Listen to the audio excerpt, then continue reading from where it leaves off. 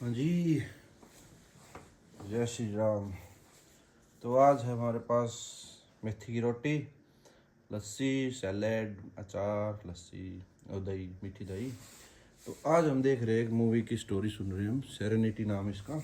इसमें एक आदमी एक आइलैंड पे फंस जाता है। तो चलो देखते हैं। जो साल 2019। दोस्तों, इस फिल्म का नाम है सेरेनिटी, जो साल 2019 में रिलीज हुई थी। इसकी कहानी में एक रहस्यमयी द्वीप होता है जहां पर डिल नाम का एक आदमी फंसा हुआ है। वो ये जानने की कोशिश करता है कि वह इस द्वीप पर आया कैसे और कब, क्योंकि यहाँ से बाहर जाने का कोई रास्ता नहीं था। समझने के लिए अंत तक जरूर देखें। फिल्म की कहानी शुरू होती है तो हम देखते हैं डील को, जो इस कहानी का मुख्य किरदार है। डिल के पास एक बोट है और उसे मछली पकड़ने का बहुत शौक है। डिल प्लाईमाउथ नामक एक द्वीप पर रहता है। पैसा कमाने के लिए अक्सर वह कुछ टूरिस्ट को मछली पकड़ने के लिए लेकर जाता। डिल उनके लिए रॉड सेट करता और टूरिस्ट खुद मछली पकड़ते, जिससे उन्हें बहुत खुशी होती थी। इसके बदले में डिल को कुछ पैसे मिलते थे। आज भी डिल और उसका साथी दो टूरिस्ट के साथ हैं जिन्होंने मछली पकड़ने के लिए पैसे दिए थे। लेकिन आज कुछ अलग होता है। जब मछली पास आई तो डिल अपने क्लाइंट को रॉड देने से इनकार कर देता है। असल में डिल काफी समय से एक खास मछली को पकड़ने में लगा था और आज शायद वो मछली उसके हाथ आ जाती। रॉड न देने पर वो टूरिस्ट गुस्सा हो जाते हैं, मगर डिल उन्हें चाकू दिखाकर चुप कर देता है। बदकिस्मती से इतनी कोशिशों के बावजूद वो टूना मछली उसके हाथ नहीं आती। अब उन्हें इन टूरिस्ट को पैसे भी वापस देने थे। हालांकि डिल के लिए ये कोई बड़ी बात नहीं थी, लेकिन ड्यूक बहुत निराश था क्योंकि उसे अपनी पोती की यूनिवर्सिटी की फीस भरनी थी। डिल उससे वादा करता है कि वह उसे पैसे दे देगा। इसके बाद वह अपनी दोस्त डायना से मिलने गया। डायना उसे कुछ पैसे देती है जब वह उसके साथ समय बिताता है। डिल उससे उसके बेटे के बारे में पूछता है। उसे भी बोट्स और फिशिंग का बहुत शौक था। दरअसल डील चाहता था कि वह ड्यूक को जाने दे ताकि वह किसी ऐसी जगह काम कर सके जहां उसे अच्छे पैसे मिले। इसके बाद वह एक बार में जाता है।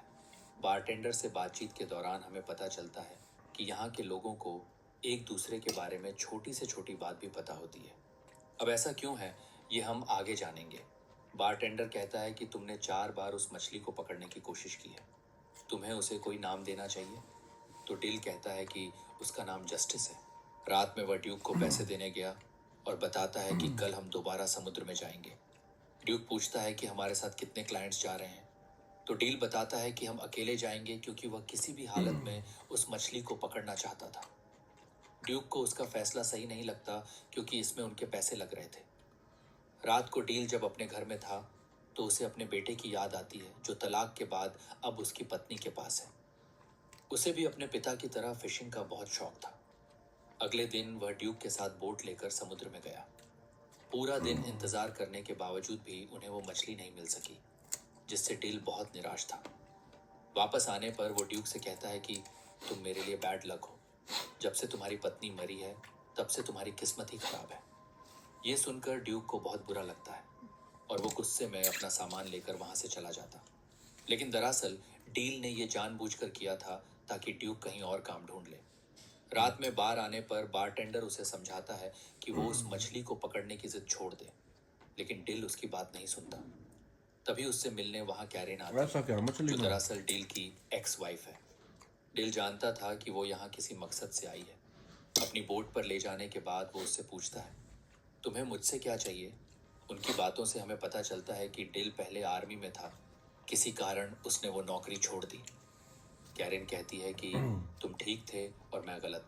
दरअसल डील से तलाक लेने के बाद कैरिन ने फ्रैंक से शादी कर ली थी। फ्रैंक एक अमीर इंसान था, मगर अच्छा इंसान नहीं था। वो कैरिन को मारता और हमेशा उस पर नजर रखता। उसका पागलपन और भी बढ़ गया है। डिल उससे अपने बेटे पैट्रिक के बारे में पूछता है तो कैरिन रोने लगती है।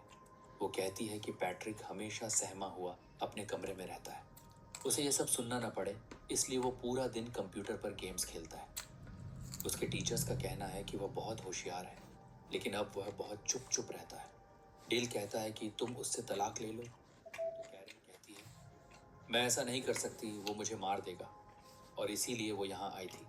दरअसल वह चाहती थी कि वो और डिल मिलकर फ्रैंक को मार दे। वो उसे मछली पकड़ने के बहाने बोट पर लाएगी और इस काम के लिए वह उसे $10 मिलियन देने के लिए भी तैयार थी। लेकिन डील इस पर मना कर देता है क्योंकि वह किसी को मारना नहीं चाहता था। कैरेन के जाने के बाद एक सूट पहने आदमी डील को ढूंढते हुए आता है। दरअसल वो कई दिनों से डील पर नजर रख रहा था, मगर वो डील से मिल नहीं पाता। अगली सुबह जब डील समुद्र में नहाने गया तो उसे अपने बेटे की आवाज़ सुनाई दी और एक पल के लिए उसे उसका चेहरा भी दिखाई दिया। इस बीच हमें फ्रैंक और कैरेन के चिल्लाने की आवाज़ें सुनाई देती हैं। हम पैट्रिक को देखते हैं जो अपने कमरे में था, यानी इन बाप बेटे के बीच कुछ तो कनेक्शन है। खैर, उधर कैरेन का पति फ्रैंक होटल पहुंच गया था जहां कैरेन रुकी थी। उसे देखकर कैरेन घबरा जाती है क्योंकि वो 2 दिन बाद आने वाला था। आते ही वो कैरेन को टॉर्चर करता है। अगले दिन डिल एक लोकल शॉप से फिशिंग का सामान लेने गया। तब वहां काम करने वाली औरत उसे बताती है कि लोग फ्रैंक को लेकर चर्चा कर रहे हैं कि वो 1 घंटे तक अपनी पत्नी को बेल्ट से मारता रहा और कैरेन के मुंह से आवाज तक नहीं निकली। डिल इस बारे में बात किए बिना वहां से चला गया। बोट के पास आने पर उसने देखा कि फ्रैंक कैरेन के साथ उसका इंतजार कर रहा था। फ्रैंक कहता है, मेरी पत्नी ने बताया कि तुम हमें फिशिंग पर नहीं ले जाओगे। डिल कहता है, मैंने कुछ नियमों का उल्लंघन किया है, इसलिए मैं किसी को अकेले बोट पर नहीं ले जा सकता। फ्रैंक कहता है, इस छोटे से आइलैंड पर कानून पैसों के आगे हार जाता है, तो तुम इस बात की फिक्र मत करो। लेकिन डिल फिर भी इसके लिए नहीं मानता। तब फ्रैंक कहता है, हर आदमी की कोई कीमत होती है। मैं कल यहाँ आऊँगा और तुम मुझे फिशिंग पर ले जाओगे। इसके बाद वह वहाँ से जाने लगता है। इस बीच वही अनजान आदमी डील को ढूंढते हुए उसके पास आता है, लेकिन इस बार भी डील उसकी बात सुने बिना वहां से निकल जाता है। वो आदमी अपनी घड़ी देखकर कहता है, मैं 20 सेकंड लेट हो गया, कुछ तो गड़बड़ है। बाद में डिल एक मछली बेचने जाता है जहां कार्लोस उसे बताता है कि तुम्हें कोई ढूंढ रहा था, लेकिन डिल को इसमें कोई दिलचस्पी नहीं होती। फिर वह डायना के बिल्ली को देने जाता है जो गुम हो गई थी। डायना कहती है, मैंने सुना कि कैरेन ने तुमसे मदद मांगी थी। तुम एक अच्छे इंसान हो, मुझे लगता है कि तुम्हें उसकी मदद करनी चाहिए। वहां से निकलने के बाद ड्यूक उससे मिलने आया। वह कहता है, फ्रैंक तुम्हें सिर्फ एक टूर के लिए $10,000 देने वाला है। मुझे अपनी पोती की फीस देनी है, तुम्हें उसकी ऑफर मान लेनी चाहिए। डिल कहता है, मैं तुम्हारी बात क्यों मानूं? तो ड्यूक कहता है, मैं जानता हूं तुम ये सब क्यों कर रहे थे, लेकिन मुझे तुम्हारी रहम की जरूरत नहीं, मुझे तुम्हारी मदद चाहिए। अब ड्यूक की मदद करने के लिए डिल मान जाता है। बाद में कैरेन फिर से डील से मिलने आती है। डिल कहता है, मैं उसे सिर्फ फिशिंग पर ले जाऊंगा, मैं उसे मारने वाला नहीं हूँ। तो कैरेन कहती है, वो मुझे और पैट्रिक को मार देगा। मैं जानती हूँ कि तुम उससे बात करते हो, वो अपने कंप्यूटर से तुम्हें सुन सकता है।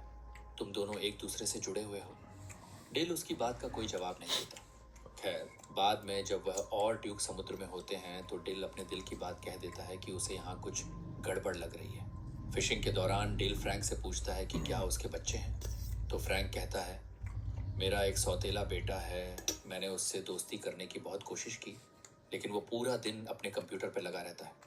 उसके मैथ्स टीचर कहते हैं कि वो जीनियस है, लेकिन वो पूरा दिन एक बेकार से गेम में लगा रहता है जिसमें एक आदमी पूरा दिन फिशिंग करता है। वो मुझे पसंद नहीं करता। डिल पूछता है, वो तुमसे इतनी नफरत क्यों करता है? तो फ्रैंक कहता है, मैं नहीं जानता, लेकिन एक दिन मैं उसे ही मार दूंगा। ये सुनकर डिल को गुस्सा आ जाता है, लेकिन इससे पहले कि वो कुछ करता, उनके हुक में एक बहुत बड़ी शार्क फंस जाती है और वो लोग उसे पकड़ने में लग गए। खैर, वापस आने के बाद डील कहता है कि कल हम दोबारा से जाएंगे। कैरेन को मौका मिल जाता है बात करने का, इसलिए वो डील को फिर से ऑफर करती है कि वह फ्रैंक को मार दे। कैरेन कहती है कि पैट्रिक भी यही चाहता है। ये सुनकर डिल सोच में पड़ जाता है। ड्यूक ने भी उनकी बातें सुन ली थी। वह डील से पूछता है, क्या तुम उन लोगों को जानते हो? तो डील कहता है, वो मेरी एक्स वाइफ है। आर्मी में नौकरी के दौरान मैं एक जंग पर गया था। वहां से लौटने के बाद मुझे पता चला कि वो फ्रैंक के पास जा चुकी है। ड्यूक उसे सलाह देता है कि हालात चाहे जैसे भी हों, उसे किसी को मारना नहीं चाहिए। रात को डिल कैरेन से मिला और अब वह इस बात के लिए राजी हुआ कि वह फ्रैंक को मारेगा। उसे बस पैसे चाहिए। वह ये सब प्यार व्यार के लिए नहीं कर रहा। जब डिल घर आया तो वही अनजान आदमी उससे मिलने आया था जिसे हमने फिल्म में कई बार देखा। खैर, वह एक डिवाइस लेकर आया था कौन जिससे हो? डिल उस ट्यूना मछली को पकड़ सकता है जिसे पकड़ने का सपना डिल बहुत समय से देख रहा है। आइलैंड पर तो और ये रेल भी डिवाइस नहीं वह आदमी डील को मुफ्त में देने वाला था। उस आदमी के मुंह से निकल जाता है कि यही खेल का नियम है और मैं ही नियम हूं। ये सुनकर डिल को अजीब लगता है और उस आदमी पर शक भी होता है। इसलिए वह उसे धमकाता है और पूछता है कि बता तुम कौन हो। तब वह आदमी जिसका नाम रीड है बताता है कि असल में ये सब असली नहीं है, ये बस एक खेल है और खेल का नियम है कि यहाँ कोई मरेगा नहीं। तुम एक कैरेक्टर हो और तुम्हें उस ट्यूना मछली को पकड़ना है। डील को उसकी बातों पर विश्वास तो नहीं होता, मगर इस जगह को लेकर उसे हमेशा शक रहता था। उसे याद ही नहीं था कि वह कब यहाँ आया और कितने समय से यहाँ है।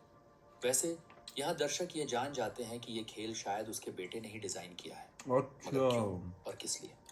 रीड का कहना था कि पिछले कुछ दिनों से गेम में गड़बड़ है, यानी जिसने ये गेम बनाया है शायद वह चाहता है कि अब तुम उस आदमी फ्रैंक को मारो, मगर मेरे नियमों के मुताबिक इस द्वीप पर किसी को भी मारना मना है।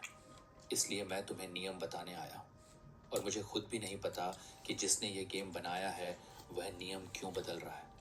डील को उसकी बात बकवास लगती है। अगली सुबह डील ने महसूस किया कि वह अलार्म से पहले उठ नहीं पाता, जो इस बात की ओर इशारा करता है कि शायद सच में वह किसी गेम में है। हर जगह उसे बस एक ही बात सुनने को मिल रही थी, जाओ और उस मछली को पकड़ो। डिल याद करने की कोशिश करता है कि आखिर वह इस द्वीप पर आया क्यों और कब, मगर उसे अपने दिमाग में ऐसी कोई भी याद नहीं मिलती। वह अपनी गाड़ी में बैठकर काफी आगे निकल जाता है और अब उसे महसूस होने लगता है कि यह सब सच नहीं है। वह खुद से बातें कर रहा था। तभी उससे मिलने डायना का बेटा सैमसन आता है। वह कहता है, आपको किसी की जरूरत थी, क्या मैं आपके साथ काम कर सकता हूँ? इस पर डील हंसने लगता है और कहता है, जब मैंने तुम्हें इस गेम से मांगा था तब तुम मुझे नहीं मिले और अब ये गेम मुझे सब कुछ दे रहा है। डिल वहां से चला गया। अपना शक दूर करने के लिए वह स्टोर के मालिक से कुछ सवाल पूछने लगा, मगर वह हमेशा बात को बदल देता है। फिर डिल फोन करके ये पता करने की कोशिश करता है कि रीड असली है या नहीं। उसे जवाब मिला कि रीड असली है। सबसे तंग आकर डिल बार में गया ताकि वह ड्रिंक कर सके, लेकिन बारटेंडर भी उसे वही बात कहता है। वह कहता है, क्या आज तुम फिशिंग करने नहीं जा रहे? तुम्हें काम पर जाना चाहिए। टूरिस्ट्स को मत लेकर जाना, वे हमेशा तंग करते हैं। यानी गेम के नियम उसे फ्रैंक को न मारने के लिए कह रहे थे, लेकिन पैट्रिक के दिमाग में कुछ और ही चल रहा था। दूसरी तरफ दिखाया जाता है कि जब कैरेन की आंख खुली तो उसने फ्रैंक को बाथरूम में घायल पाया। पिछले रात 6 लोगों ने उसे मारा था। दरअसल यह काम ड्यूक का था। उसने ही फ्रैंक को मारने के लिए कुछ लोगों को पैसे दिए थे ताकि वह आज बोट पर ना आ सके। ड्यूक डील से कहता है, मैंने तुम्हारे लिए जो सही लगा मैंने वही किया। इस बात से डील को बहुत गुस्सा आता है। जख्मी होने के बावजूद कैरेन फ्रैंक को मना लेती है कि वह फिशिंग पर जाए। डिल समुद्र के किनारे निराश बैठा था। तभी रीड उसके पास आता है। डिल कहता है, मुझे कुछ भी समझ नहीं आ रहा कि मैं यहाँ क्यों हूँ। मेरी जिंदगी का मकसद क्या है? क्या मैं पागल हो चुका हूँ? रीड कहता है, इस बारे में तो मैं भी कुछ नहीं जानता, लेकिन मैं ये जानता हूँ कि यहाँ हो क्या रहा है। हम सब किसी का सपना है और हमारे बारे में सिर्फ वही जानता है जिसने हमें बनाया है, और शायद तुम जानते हो कि वो कौन है। तो डील कहता है, हाँ, वो एक छोटा बच्चा है जो एक अंधेरे कमरे में बैठकर हमें देख रहा है। उसका सौतेला बाप उसकी माँ को मारता रहता है। शायद इसी वजह से उसने ये गेम बनाया है, इस उम्मीद में कि शायद एक दिन वह अपने असली पिता को वापस ला सके और अपने सौतेले बाप को सबक सिखा सके। वो चाहता है कि मैं उसे इंसाफ दिलाऊं, इसीलिए मैं आज फ्रैंक को मारूंगा, चाहे कुछ भी हो जाए। इस पर रीड कहता है, अगर तुम यही चाहते हो तो मैं गेम के नियम तोड़ दूंगा। अगर हमारा निर्माता यही चाहता है तो तुम्हें ऐसा ही करना चाहिए। कैरेन फ्रैंक को बोट पर ले आती है। इस पर डिल भागकर अपनी बोट की तरफ जाता है। दरअसल पैट्रिक ने एक ऐसा गेम बनाया था जिसमें वह अपने पिता के साथ समय बिता सके, लेकिन जैसे जैसे उसके सौतेले बाप का टॉर्चर बढ़ता गया, पैट्रिक के दिल में उसे मारने की आग भी बढ़ती गई। पैट्रिक बस यही चाहता था कि उसे कोई संकेत मिले कि फ्रैंक को मारना गलत नहीं है। इसलिए उसने गेम में डील को सोचने की इजाजत दी ताकि डिल अपने दिल की सुने, और जो भी उसका फैसला हो पैट्रिक भी वही करेगा। यही वजह थी कि गेम उसे बार बार याद दिला रहा था कि उसे बस मछली को पकड़ना है, लेकिन डिल की सोच बदलने लगी थी। खैर डिल बोट के पास पहुंचता है जहां फ्रैंक और कैरेन पहले से ही मौजूद थे। डिल फ्रैंक को समुद्र में ले जाता है। फ्रैंक की हालत पहले से ही बहुत खराब थी और कैरेन ने उसे नशे में भी रखा था।